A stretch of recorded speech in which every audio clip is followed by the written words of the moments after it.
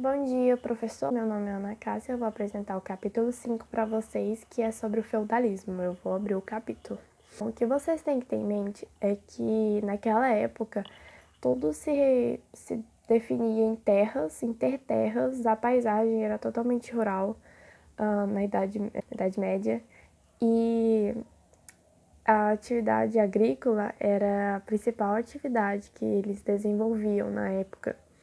E por causa disso, a sua posse de terras definia sua divisão social. E naquela época, as principais eram os clérigos, que eram a igreja, basicamente. Eles eram os portadores da tradição cristã e deviam zelar pela manutenção de seus princípios. E tem os guerreiros, que eram basicamente o exército. Eles possuíam a direção militar da sociedade medieval, empunhavam suas armas contra os inimigos de fé cristã e os agressores externos. Mas era muito injusto, né, em relação ao poder dos dois, porque tudo era ligado aos clérigos. Os guerreiros, as suas terras, quando eles morriam, eram levadas para a igreja, para os clérigos. Tudo era para eles. E, além do mais, a igreja, ela não tinha, seus domínios não eram divididos em herança, então ficava por lá mesmo.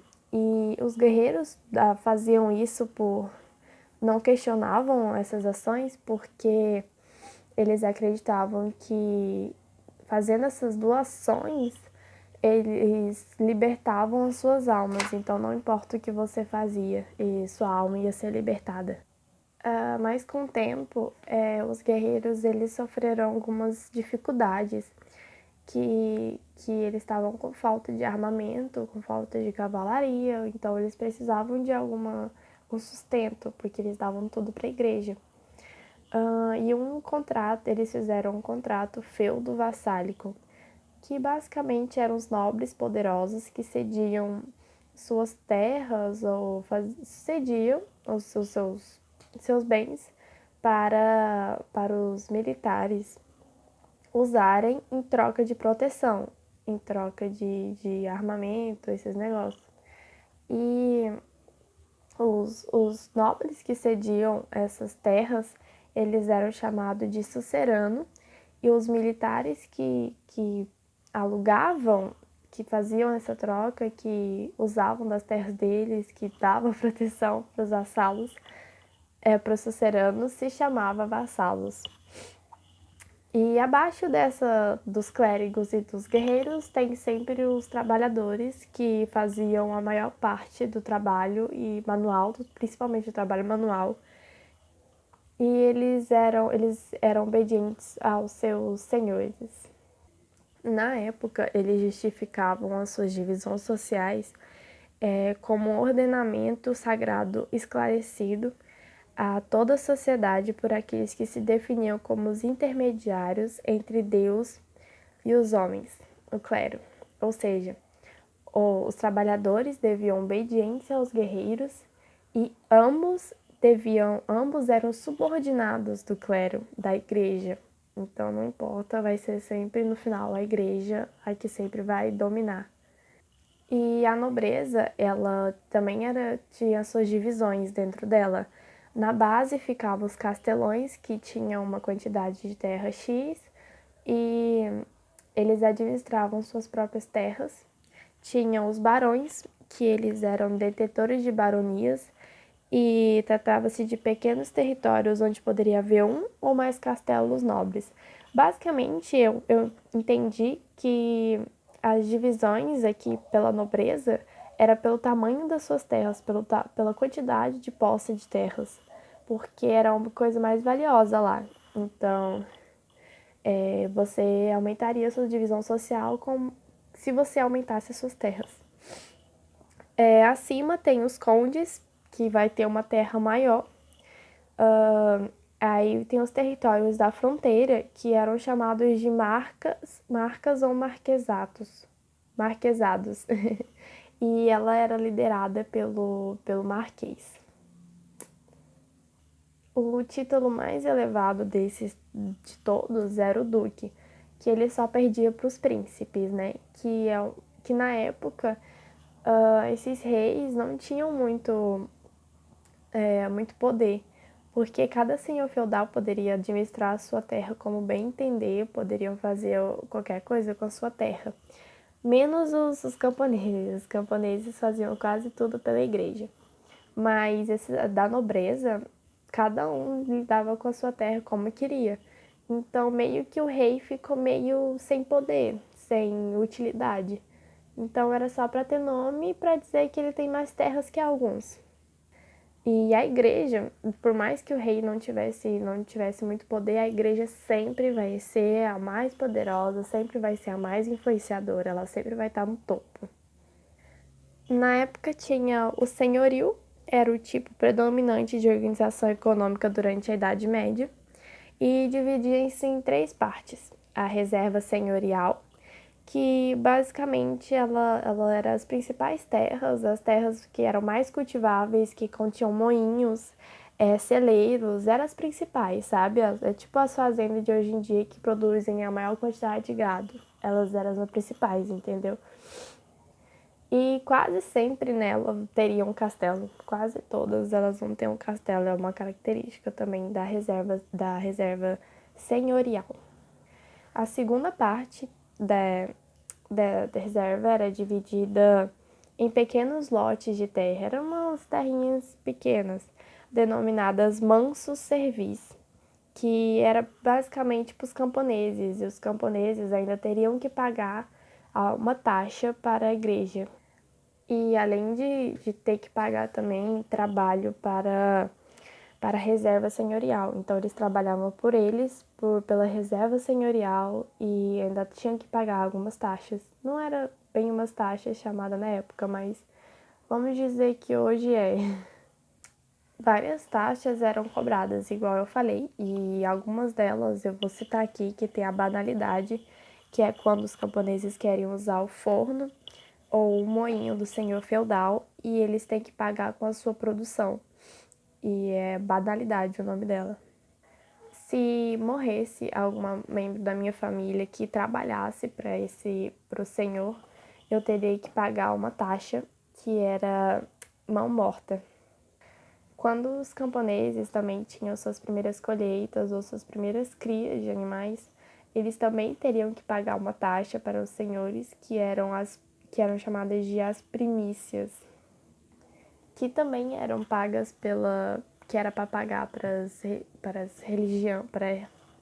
autoridades religiosas, e fora o dízimo que eles recolhiam na época, que hoje também tem o dízimo, mas nem se compara, né? Eu não sei se vocês sabem, mas o dízimo é a 10ª parte da sua produção. Então sobrava muito pouco para os camponeses, por isso que a maioria que ele produz ou é para ele, ou é um pouquinho para eles e o resto para o povo. Então não tinha muito que sobrar. Eles produziam o que comiam e às vezes faltava ainda. Bom, a religião teria que controlar tudo e eles controlavam até o tempo. De acordo com o tempo religioso, a história da humanidade se dividia em duas: o antes e o depois da vinda de Cristo. E o ano era orientado pelos fatos, pelos atos de Jesus que teria acontecido, que eram o Natal, a Quaresma, a Páscoa, e pelos dias de santo. O dia também tinha suas subdivisões baseadas na vinda de Cristo, que eram as horas litúrgicas. Então eles deveriam realizar rezas e entoados cantos sagrados nesse tempo, nesse período. Assim, eles também conseguiam manipular as pessoas. E a partir do controle desse tempo, né, a igreja definia ações e comportamentos. Como a quaresma, era proibida aos nobres qualquer tipo de luta contra os cristãos, que era chamada trégua de Deus. Até mesmo as práticas sexuais eram proibidas, inclusive para aqueles que eram casados. No papel não, era legitimamente casados. Ao longo do tempo veio, além do clérigo, outra forma de tempo, Um novo ritmo de vida foi criado nas cidades, com o surgimento das cidades, que foi o tempo leigo, que era igual hoje, era a divisão do dia em 24 horas. A igreja também, eles queriam tentar que as mulheres também parassem, abrir a sua porta para aventuras cavaleirescas. E eles restringiam bastante coisa na época. Tinha até alguns adendos legais aqui nesse pequeno texto que eu vou deixar separado, senão fica muito longo o meu vídeo. Bom, meu nome é Raul e agora eu irei falar sobre a agricultura, o comércio e as cidades. Bom, apesar da autossuficiência dos senhorios, a atividade mercantil nunca deixou de existir. Naquela época existiam muitas feiras que eram denominadas de burgos. Elas se situavam em volta dos castelos. E para ficar ali no local em volta dos castelos, elas tinham que pagar uma taxa ou um tributo para a aristocracia senhoral. Pagando essa taxa, eles receberiam até mesmo proteção desses mesmos castelos. Bom, essa atividade econômica, essas feiras, esses burgos, eles tinham um papel muito importante naquela época, pois era através deles que eles conseguiam obter recursos que não eram produzidos no local, como por exemplo sal, metal, até mesmo artigos de luxos para a aristocracia. Após isso, no século XI, na Europa, foi uma época de paz, pois tinha acabado de terminar a época de guerra. Com isso, o nível de mortandade diminuiu muito, fazendo com que surgissem muitos braços para a agricultura. Com isso, eles conseguiram incorporar várias áreas, e ali começaram a experimentar uma expansão do sistema feudal. Com o tempo, começaram a surgir cidades que no futuro se tornariam pontos fixos de trocas. Essas cidades que surgiram tinham verdadeira aglomeração de comerciantes. Com isso, eles decidiram criar diversos ramos de artesanato e outros serviços para que esses comerciantes se sentissem à vontade nessas cidades. Bom, as inovações técnicas. Na época medieval, os germânicos fizeram muitas inovações técnicas. A principal entre elas foi a charrua, que se baseava em um arado mais pesado e resistente.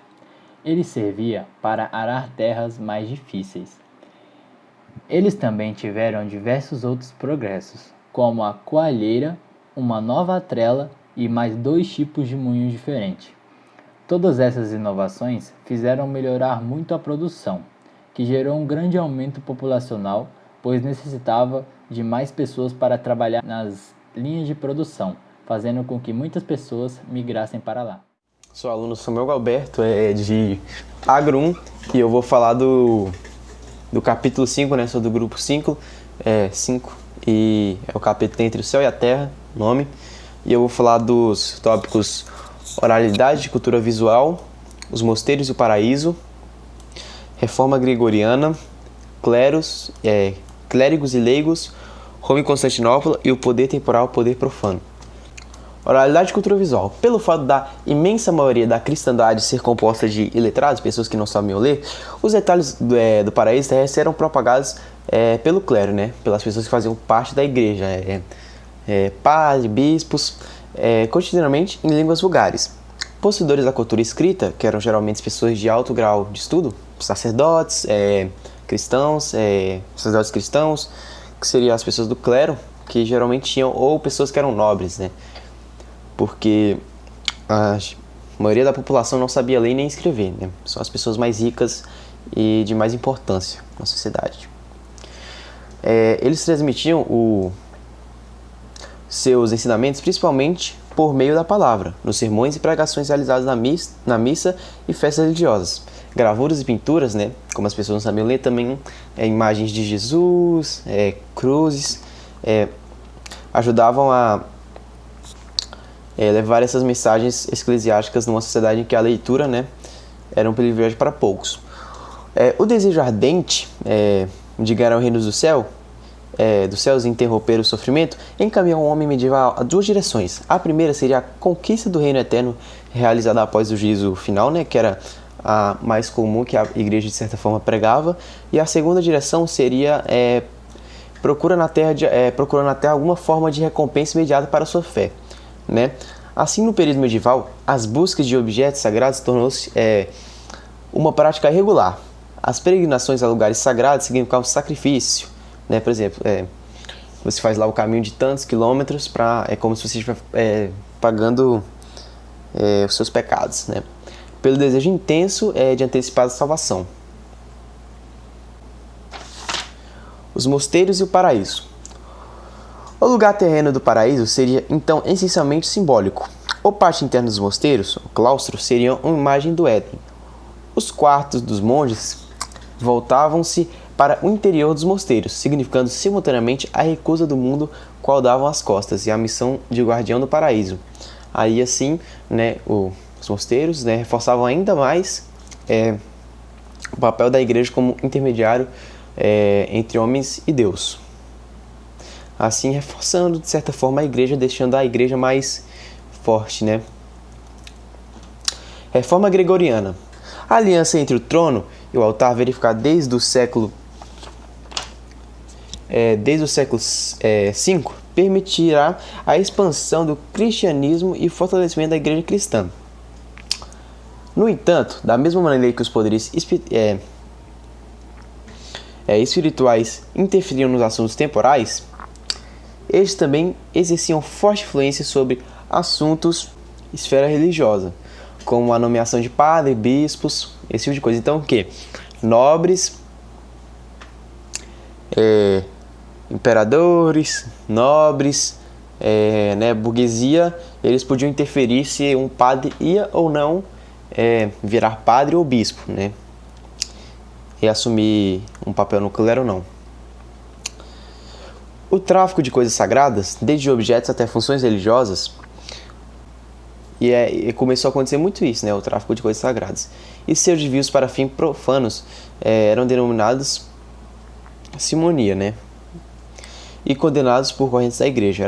As pessoas que faziam isso eram condenadas, que, por exemplo, prestavam serviços da igreja, por exemplo, vou te catequizar ou benzer, e cobravam, entendeu? A partir do século XI, com a expansão federal e o gradativo crescimento da vida urbana, as cidades começaram a ser vistas por setores do clero como territórios hostis à fé cristã, e onde se cultivavam os piores pecados, né? A avareza e a luxúria. Desculpa aí, eu não passei. Agora vamos os clérigos e leigos. Eu não passei sem querer, que eu não estava vendo aqui. Como uma reação a tudo isso, os poderes eclesiásticos buscavam definir sua autonomia e sua superioridade em relação aos leigos, né? Assim, nos meados do século XI, a Igreja implementou um conjunto de medidas que ficou conhecido como Reforma Gregoriana. A Reforma Gregoriana tentava estabelecer claramente a distinção entre papéis de leigos e clérigos, né?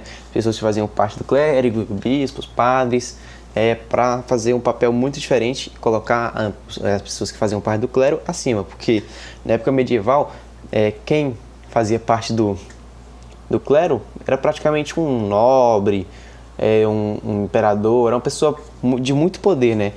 Tanto econômico e político.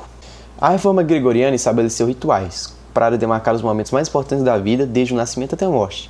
Trata-se dos 7 sacramentos: batismo, crisma, eucaristia, ordem, que é para apenas o clero, né, os clérigos, e casamento, para apenas os leigos, que bispo e padre não podem casar. Antes até que podiam, mas, né, depois do século XI não podiam. A confissão e unção dos enfermos. A superioridade dos poderes eclesiásticos entendidos pela Igreja baseava-se numa doutrina denominada agostinimus político. Ela representava um conjunto de leituras sobre as obras de Santo Agostinho, principalmente a Cidade de Deus. Roma e Constantinopla. Como a igreja sediada em Roma, denominada Igreja Apostólica Romana, e outra sediada em Constantinopla, conhecida como Igreja Ortodoxa, a ruptura com as duas igrejas também refletia na adoção dessa perspectiva política baseada no agostinismo. Do ponto de vista teólogo, a discussão entre as duas igrejas acentuava-se sobre a procedência do Espírito Santo, um dos elementos da unidade cristã. O rompimento também pôde revelar a negação do cesaropapismo, praticado no Império Bizantino, que subordinava os poderes eclesiásticos ao poder temporal. Internamente, a cristandade ocidental voltava-se contra as intromissões dos imperadores, monarcas e nobres nas escolhas dos membros, né, de sua hierarquia, porque antes da reforma gregoriana, as pessoas, né, os nobres, né, burguesia, eles poderiam interferir. Aí depois eles já quiseram não quiseram mais interferir depois desse rompimento. Uma série de conflitos com o Sacro Império Romano Germânico, que existia a acatar as decisões eclesiásticas, foi interrompida em 1122, com a Concordata de Worms. A questão da investidura, ou seja, a escolha dos bispos e abades que atuariam no interior do império, foi resolvida com o conhecimento de uma dupla investidura. O poder temporal, poder profano. Na Idade Média, a palavra império tinha noção de um poder político do território e também uma aspiração universal. A partir do século X, configurou-se o Sacro Império Romano Germânico. Resgatava-se o seu antigo título de Caroligio, que estabelecia-se na região da Germânia e o norte da Itália como um território imperial. Na ideologia imperial, estabelecia-se um poder cuja origem era divina. Então, o que falava? Que o território, né, da Germânia e da Itália eram divinos. Origem divina, seguido por um intermediário dos princípios germânicos, se não subordinado ao papado, né? As disputas entre o Império e o Papado marcaram a política europeia entre os séculos XI e XIII. A dessacralização do poder, né, tirar o sagrado do poder temporal, criava espaço intelectual para se pensar o poder político como um elemento regido por regras próprias, né? Porque a política, antigamente, era junto com o político e a religião eram juntas, então andavam de mão dadas. Hoje já não, né? Mudou isso. Os trabalhos agrícolas eram realizados em campo aberto. Cada camponês recebia um pedaço de terra e nela eles produziam metade e a outra metade eles deixavam para fertilizar, ou seja, em uma parte do ano era plantado uma parte do lote e na outra parte do ano a outra, fazendo com que nunca fique sem fertilidade no solo. A vida nas cidades. Os habitantes das cidades eram chamados de burguesia, pois viviam sob a proteção de muros fortificados denominados de fugisburgos. Muitos banqueiros, mascates, artesãos e grandes comerciantes criaram associações chamadas de comuna, que representavam formas de ações antagônicas daquelas que norteavam o clero e a nobreza. As comunas, por sua maioria, procuravam liberdade de organização e, para conseguir tal objetivo, elas compravam cartões de franquias ou até mesmo faziam rebeliões. Bom, os burgueses conseguiam administrar a sociedade e restringir às vezes até impedir a interferência dos nobres.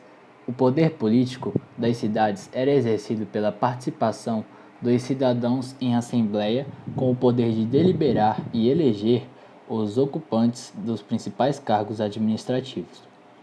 Muitos reis europeus apoiaram os movimentos comunais, apesar das perigosas ideias de igualdade e participação política que circulavam e eram postas em prática nas cidades. Essas se constituíam em potenciais aliadas para o fortalecimento do poder monárquico. Mas a oposição entre a nobreza e a rica burguesia mercantil começou a ser enfraquecida pelo contato social. Em algumas regiões, sobretudo na Península Itálica, nobres participavam de empreendimentos comerciais e atividades bancárias e transferiam sua residência para florescentes cidades. Jerusalém e os mistérios do Oriente. Para além dos domínios cristãos, existia uma diversidade de povos pagãos e muçulmanos. Foi decidido que haveria uma guerra entre eles. Então a Igreja se aliou às cruzadas, que procuravam conquistar pela força de seus exércitos armados os lugares desejados pela fé. Jerusalém e os mistérios do Oriente. Transpor a floresta pelos caminhos mais arriscados levaram o grupo de andarilhos para as bordas dos territórios cristãos. Lá havia diversos povos pagãos e muçulmanos. Não havia maior ato de fé do que enfrentar esses povos travando uma árdua batalha. Bom, esse campo de batalha foi promovido pela purificação e pela reforma gregoriana. Chegando lá, eles perceberam que a Palestina estava sob o domínio dos muçulmanos há muito tempo. Palestina era a região mais sagrada para eles. Aconteceram vários fatos históricos lá, como a luta dos judeus contra seus inimigos, a volta à sua terra de origem após o cativeiro no Egito, os novos castigos impostos por Deus, a conquista de Jerusalém pelos babilônios e a dispersão dos judeus pelo mundo e a promessa de a volta definitiva à Terra Prometida. Ali também havia transcorrido praticamente todo o drama da vida de Cristo, desde seu nascimento em Belém até a crucificação em Jerusalém. Muitos cristãos iam à Terra Santa para adorar o lugar onde Cristo tinha vivido. Já outros eram participantes das peregrinações armadas, as cruzadas, que procuravam pelas forças armadas conquistar os lugares desejados pela fé. As viagens de Marco Polo. Marco Polo realizou sua primeira viagem aos 17 anos, em direção a Pequim, para conhecer o Grande Khan.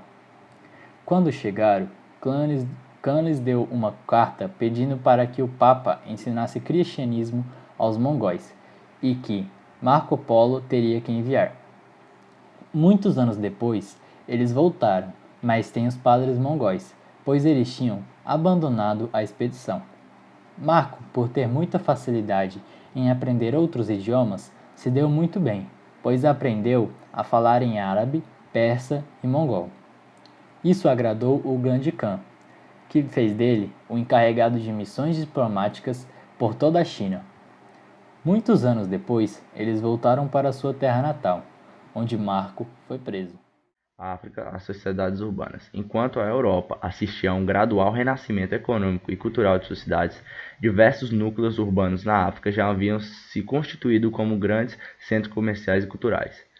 A expansão islâmica havia acelerado principalmente o processo de urbanização, o florescimento da atividade cultural, que acompanhou a consolidação econômica e política, teve as cidades como cenário. O continente africano, após um longo período de deslocamentos, migrações, contatos e trocas, atingiu entre os séculos XII e XV uma fase de desenvolvimento e expansão do ponto de vista econômico, político, social e cultural, em todas as regiões, do Níger à costa do Oceano Índico. O norte da África, cidades do deserto. No norte da África, o movimento almorávida, que havia tirado o poder das mãos dos Fatimidas no Maghreb, enfrentou um recuo já no século XII. O Maghreb assistiu ao nascimento de um movimento de reação que de início reuniu os povos berbere das montanhas do Atlas em torno de um chefe religioso. Seus seguidores ficaram conhecidos como almohadas, povo da unidade.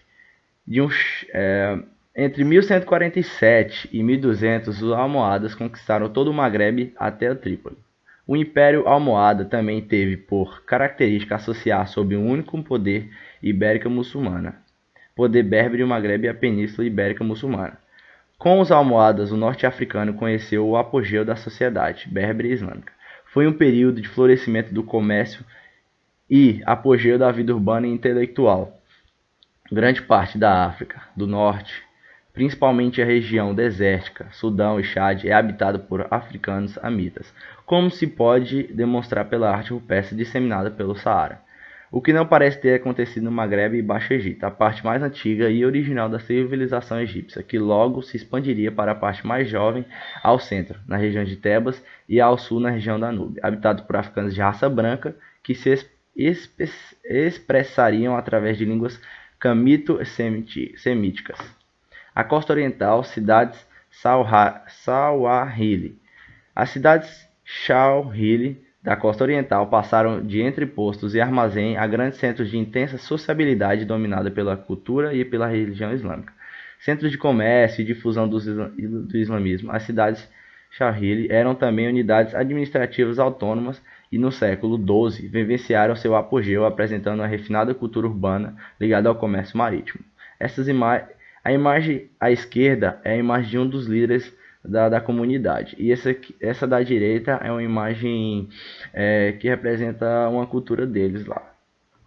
As cidades da savana. Cidades mercantis se estabeleciam nas margens do deserto e ao longo do curso do rio Níger.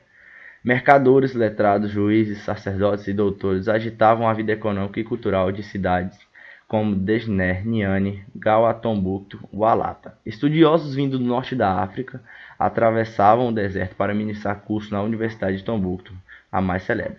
O comércio e as peregrinações favoreceram o desenvolvimento de uma literatura afro-muçulmana em todo o Sudão, do Atlântico ao Mar Vermelho.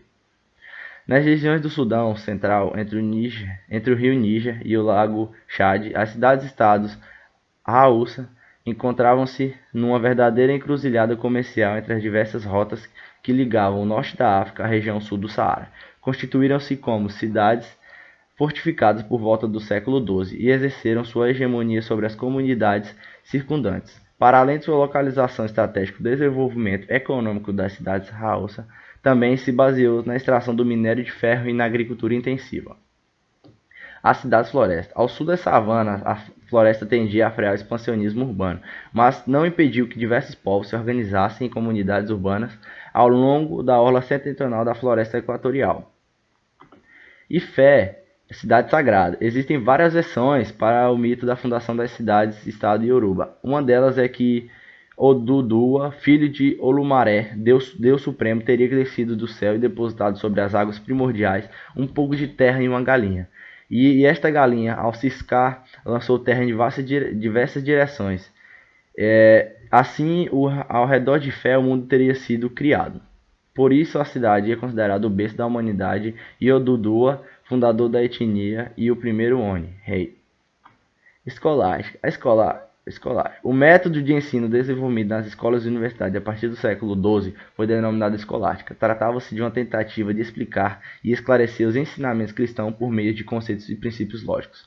A fé para os escolásticos não seria contrária à razão. Através da razão, procuravam provar o que já era considerado verdade pela fé. Nessa busca, criaram uma síntese entre o pensamento cristão e a filosofia grega. Aqui eu deixo um mapazinho conceitual bem interessante, que se vocês puderem pausar o vídeo e darem uma lida, é interessante. Renascimento. O Renascimento foi um importante movimento de ordem artística, cultural e científica que se deflagrou na passagem da Idade Média para a Idade Moderna. E aqui deixo outro mapa conceitual, que se vocês também puderem pausar o vídeo e ver, é interessante. Os humanistas. Quem foram os humanistas? Eles foram intelectuais e artistas. Lá para o final do feudalismo, para o começo do mercantilismo, final da Idade Média, para o começo do Renascimento. Bom, não dá para falar que eles eram antirreligiosos, porque eles desejavam reinterpretar a mensagem do Evangelho à luz da experiência e dos valores da antiguidade. Eles acreditavam também que o ser humano era capaz de realizar. Eles tinham uma criatividade limitada, tanto no ponto de vista físico e espiritual. E foi bem visto, pelos nobres, porque foi como que um bom hobby para eles. Eles pagavam para os artistas e tal, fez bem sucesso para a burguesia. Não para os trabalhadores, né? Porque era muito caro, era só para quem pode na época, para quem podia. Bom, também teve as técnicas renascentistas, igual eu falei no começo, que ela era no final da Idade Média por Renascimento, pois é. Aí teve suas técnicas, que ela teve o maior avanço entre 1450 e 1470, com o aparecimento da imprensa de tipos móveis, da mola espiral e da primeira fortificação moderna. Leonardo da Vinci foi um dos mais destacados. Ele nasceu na Península Itálica em 1452. Ele foi... Nossa, nem consigo contar nos dedos. Foi pintor, escultor, poeta, músico, arquiteto, cientista e matemático. Muita coisa para ser uma pessoa só. Por isso que ele foi o destacado na época. E para quem não sabe, ele que criou o quadro da Mona Lisa. Eu não sabia. Bom, se você quiser saber mais dele, é só você ir no Google ou eu vou deixar ou tem no slide uma explicação melhor. Mas as outras tem alguns aprofundamentos dele que não vai dar tempo de eu falar. E agora eu vou para a crise do século XIII. Bom, agora eu vou falar sobre a guerra do século XIV. E muita coisa aconteceu na Europa nesse século, muita coisa ruim, muita coisa boa. Aconteceu, bom, no início foi o êxodo rural, foi as novas rotas, a nova classe social que foi criada, a burguesia, a moeda voltou a circular, e muitos clérigos, né, dizem que esse século foi marcado pelos cavaleiros apocalípticos. Achei muito legal isso, que são 4 cavaleiros e um é a morte, um é a guerra, outro é a peste e outro é a fome. Pois é, aconteceu muita coisa, igual a uma das guerras famosas, são de 100 anos, que aconteceu, que foi entre os franceses e os ingleses, que aconteceu em 1387 a 1453, e ambos os reinos, eles queriam dominar Flandres. E o começo foi vantajoso para os ingleses, mas depois foi para os franceses. Enfim, tinha 100 anos para ficar vantajoso em ambos os lados. Bom, e nessas guerras eles desenvolveram várias armas novas, e eles não usavam mais armaduras, então eles ficaram mais leves, eles não deixaram de usar bastante coisa. E eles também chegaram a um tempo que a cavalaria foi caindo,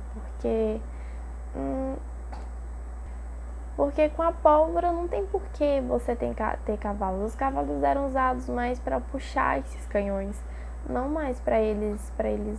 Bom, eles usavam bastante, mas não como antes. Enfim, antes eles usavam mais, por isso que houve um declínio da cavalaria medieval. Bom, falando de Maquiavel ele falou ali, tem uma citação, não sei o que é.